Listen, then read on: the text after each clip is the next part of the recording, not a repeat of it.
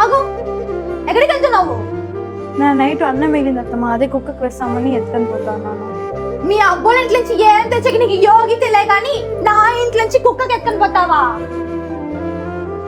సరే నైట్కి ఏం డిన్నర్?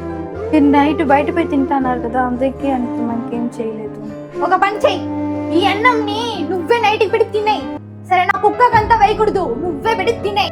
రండి రండి, కూర్చోండి కూర్చోండి కూర్చోండి. నీ కోడలు చూసి లక్షణంగా ఉంది మా. ఎంత నగలు తెచ్చింది? అందరింటి కోడలని వస్తే ఇల్లంతా నిండిపోవాలి. నా ఇంటికి వచ్చిందే ఒక దరిద్రం. వాళ్ళ అమ్మోళ్ళ ఇంట్లో నుంచి ఉట్టి చేయని ఆడించుకుంటూ వచ్చేసింది నా ఇంటికి. ఏం చూస్తున్నావు? వచ్చిన వాళ్ళకి టీతే వెళ్ళు. గలీజ్ ఇంట్లో నుంచి వచ్చింటావు నువ్వు. ఇంట్లో అందరూ కూర్చొని తినిన తర్వాత కదా నువ్వు కూర్చొని తినాలి. రైట్, లేసి ఈ ప్లేట్ ఎత్తుకొని కిచెన్ లో పెట్టేసి షింకు కిచెన్ నీట్ చేసి కూర్చొని తింటావు. ఈ ఇంట్లో నుంచి కట్నం కూడా తేలేదు, పద్ధతి కూడా మీకు చెప్పలేదు. ఏం టీవీ కరెంట్ బిల్ ఎవరు మీ అప్ప కడతాడా? వెళ్ళి మా అమ్మ కాలంకి వెళ్ళు. పొద్దాక టీవీ చూసేది అంటే ఇంట్లో నుంచి తెచ్చేసింది అన్ని.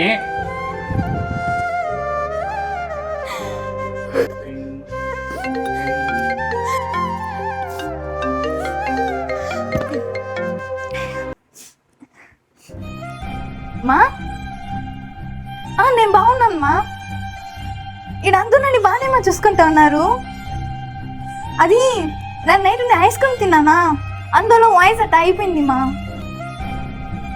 నాకు ఇది ఏం ప్రాబ్లం లేదు మా, అందరూ నన్ను మంచిగా చూసుకుంటారు. మా అత్తమ్మ అంటే సొంత కూతురులాగా చూసుకుంటోంది మా. నువ్వేం బాధపడదు మా, నేను హ్యాపీగానే ఉన్నాను. ఉంటామా?